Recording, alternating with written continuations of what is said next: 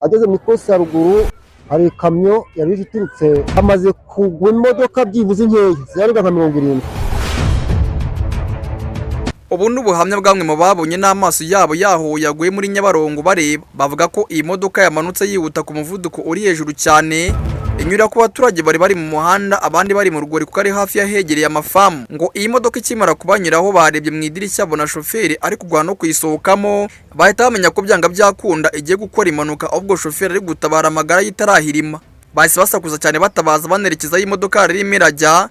Gusa kubera ko yirukankaga cyane igana hari ikiraro gihuza Muhanga, Ngororero, Karongi ari nacyo kinyura hejuru ya Nyabarongo, basanga imaje guturitsa insinga, amafera beto ndetse n'ibisima byubakishije kino kiraro byo yamaje kugwa muri Nyabarongo. Bamwe bavuga yuko ngo kino kiraro cyubatse ahantu harehare cyane, ari nabyo byaviremo imodoka kugwamo ikarohama.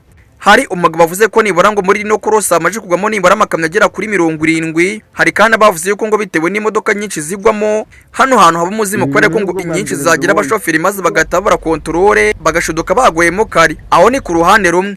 Ku rundi ruhande rw'abanyumuzi by'irigini bahakekera bo bavuga yuko atari byo, ahubwo ko zino manuka zituruka ku kuba hari korosi ryese cyane kandi rikaba rikushumuka ryegereye ikiraro kiri hejuru ya Nyabarongo.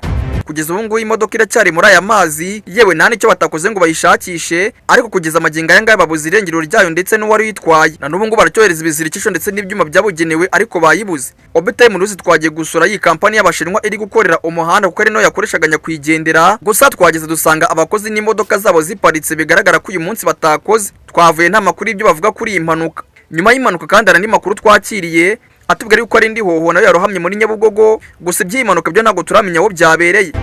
Amakuru twafashe no kungu batangiye kwijanduramo, gusa ntabwo turamenya nimba hari uwo yatse ubuzima. Ngaye nguko rero Imana dufasha ahubwo nabanga barimo guhiga iyi modoka yaguye muri kino kiraro bava amahoro, kuko hano hantu iyi modoka yaguye ari harehare cyane. Nyamara muri biri haranitse ngo gusenga nibwo buzima kandi gusenga ni imibereho.